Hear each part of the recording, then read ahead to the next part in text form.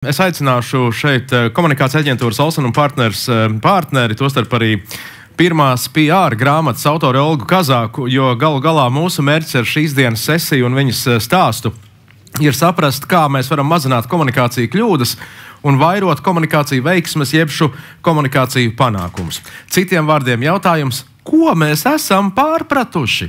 Olga Kazāka. 3 garīdznieki stāvēja ceļa malā ar milzīgu plakātu. Gals ir tuvu, mainiet savu ceļu, kamēr nav par vēlu.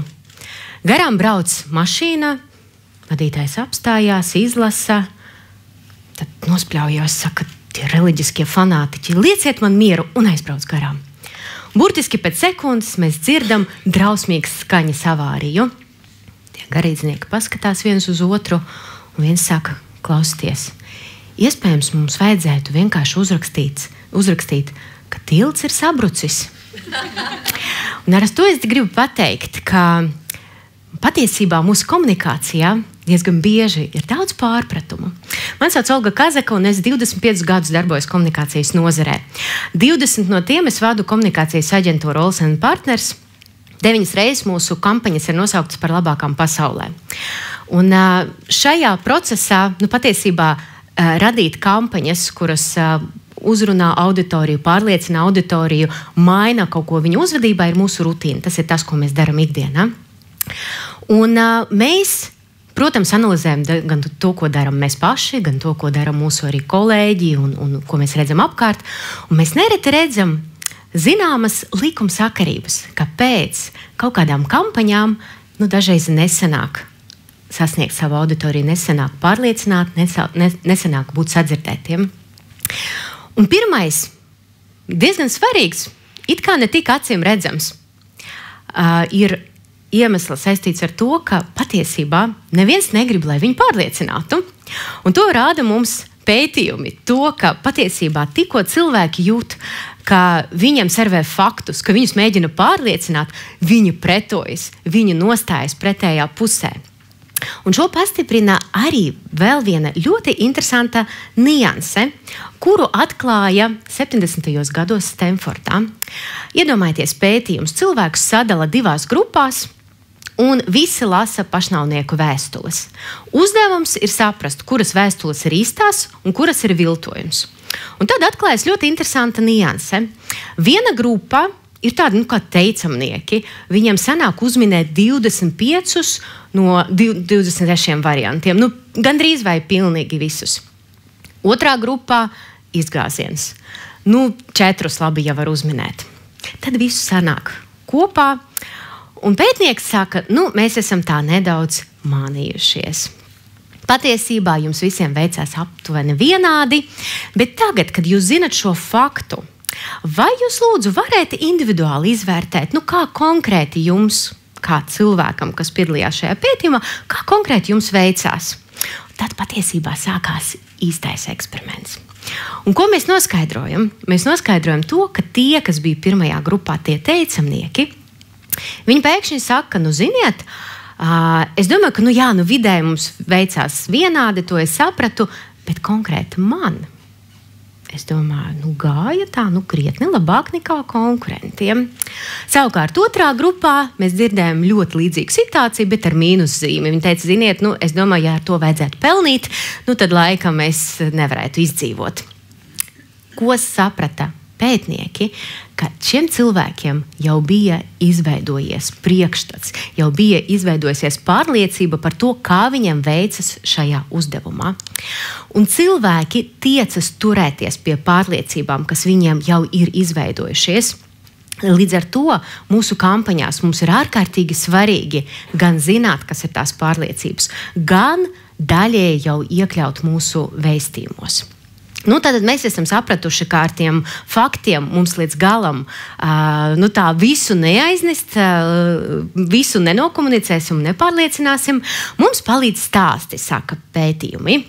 Jo, ja mēs ieterpjam mūsu faktus stāstu formātā, tad mums sanāk gan labāk pārliecināt, gan piesaistīt uzmanību, gan to arī biežāk izplatā, gan mēs arī varam mainīt daudz ko uztverē. Un ja jūs man prasītu, kāda ir ļoti vienkārša, īsa, jebkura stāsta formula, tad arī tas ir izpētīts. Un izpētīts sākot no kaut kādām senlaicīgām leģendām, mītiem, pasakām, līdz mūsdienu populārākiem reklāmas klipiem, Hollywoods filmām, blockbusteriem un tā tālāk. Un viss patiesībā beigās ir ļoti vienkārši. Varonis iet uz mērķi, pārvarot šķēršļus. Taču šeit ir ārkārtīgi interesants nākamais pārpratums, ar kuru es arī ļoti regulāri saskaros. Kas ir jūsu stāsta varonis? Prasu es bieži vien organizācijām. Un ko es dzirdu atpakaļ? Es dzirdu, mēs, mūsu organizācija, mūsu zīmols, mūsu produkts, mūsu prece, mūsu ideja un tā tālāk. Taču ideālajā variantā mērķa auditorija grib sevi redzēt šī varoņa lomā. Un savas vajadzības viņi grib redzēt kā to mērķi, un savukārt tie šķēršļi ir tās grūtības, kuras palīdz pārvarēt jūsu piedāvājums. Un tagad mēs uztaisīsim ar jums kopā nelielu eksperimentu. Es palūkšu tehniskiem palīgiem ieslēgt skaņu. Laurel. Un tagad lūdzu sakiet, paldies. Lūdzu sakiet, kas no jums tagad skaidri dzirdēja vārdu Laurel? Un kas no jums tikko skaidri dzirdēja vārdu Jenny? Ir tādi cilvēki, vairāki cilvēki. Es gandrīz sastrīdējos ar ģimeni, jo es arī dzirdēju Laurel, un viņi dzirdēja Jenny. Un jūs iedomājaties, tikko skanēja viena skaņa, un mēs dzirdējām dažādi cilvēki, dažādas lietas. Un vai mēs tur tālāk varam brīnīties par to, kā dažreiz sapulcēs mēs it kā runājam visi par vienu un to pašu, un beigās katrs iznāk ar savu pārliecību par to, par ko mēs esam vienojušies. Tieši tāpat tas strādā arī komunikācijas kampaņās, kad mēs varbūt izstrādājam kaut kādu tādu vienu vēstījumu visām auditorijām, ko mēs arī tad mēģinam izplatīt caur dažādiem kanāliem uz visu plašu auditoriju. Un brīnamies, kāpēc viena dzird Laurel, otra Jenny.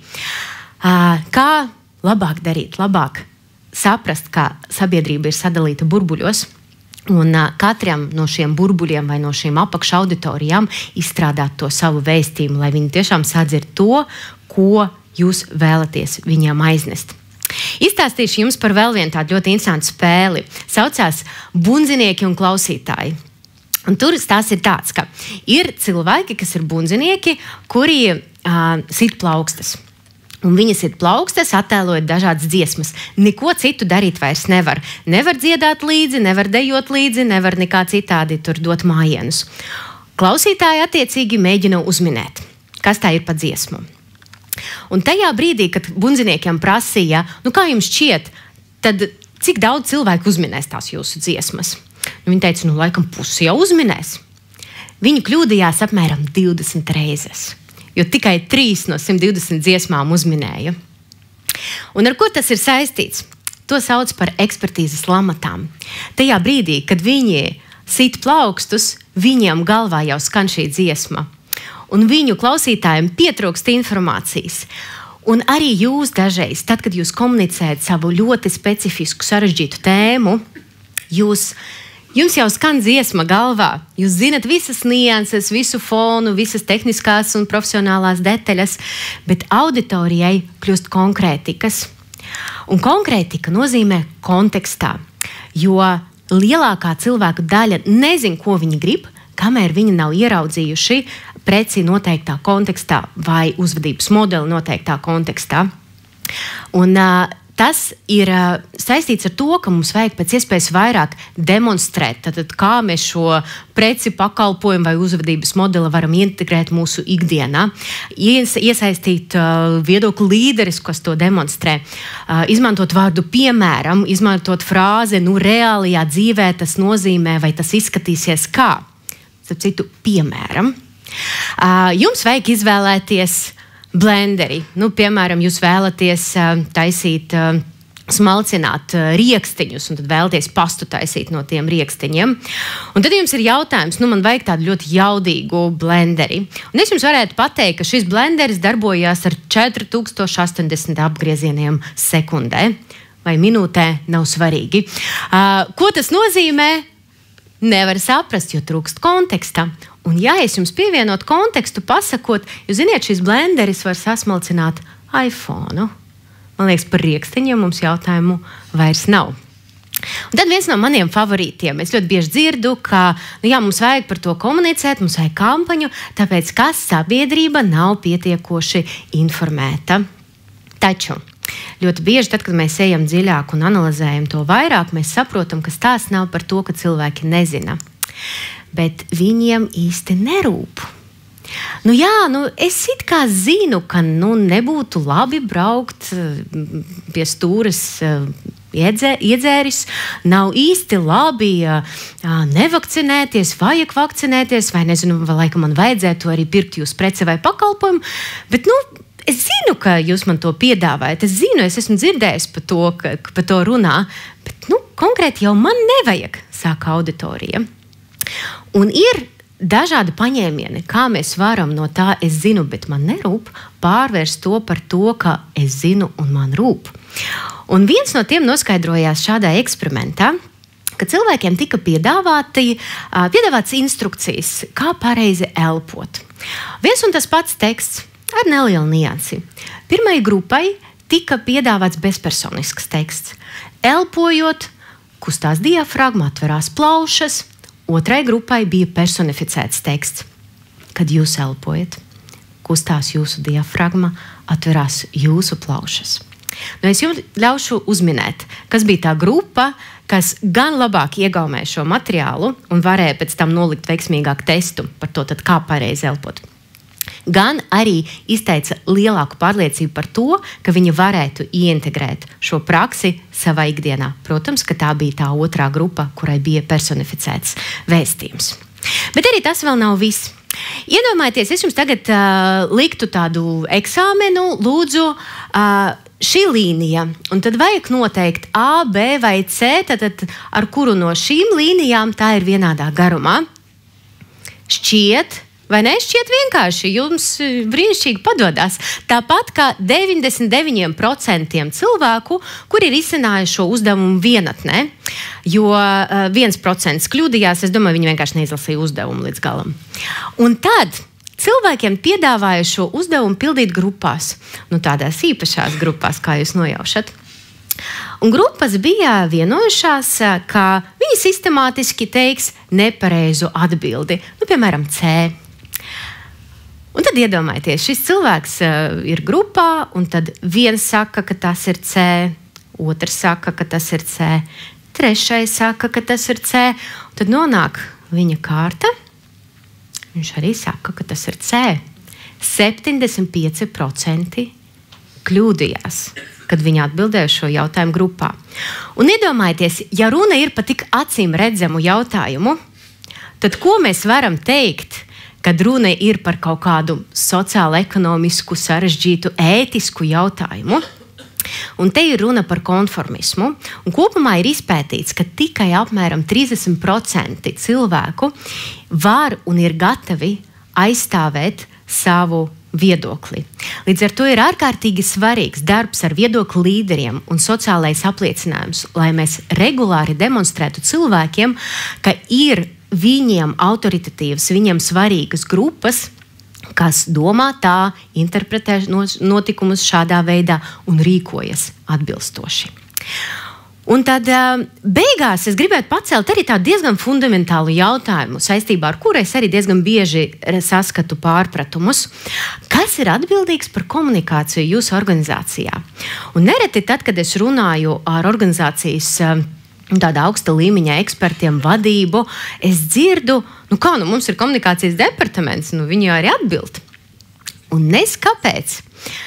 Tad, kad MBA māca vadītājus, tāds augstas klases līderus, viņiem ir tāds 70-30 princips. Tas ir galvenais princips, kas iet cauri visiem kursiem. Neatkarīgi no tā, kurā jomā tu strādātu, kurā līmenī tu būtu vadītājs, tavs darba pienākums 30% no sava laika veltīt komunikācijai. Iekšējai auditorijai, ārējai auditorijai, jo pārkomunicēt nav iespējams. Pētījumi rāda, ka pārāk pasīvu komunikāciju līderiem pārmet 10 reizes biežāk nekā pārāk aktīva komunikācija. Līdz ar to, tad, kad samuraji saka, kad nezini, ko darīt, spēr soli uz priekšu, tad līderi saka, kad nezini, ko darīt, komunicē. Paldies jums liels par uzmanību!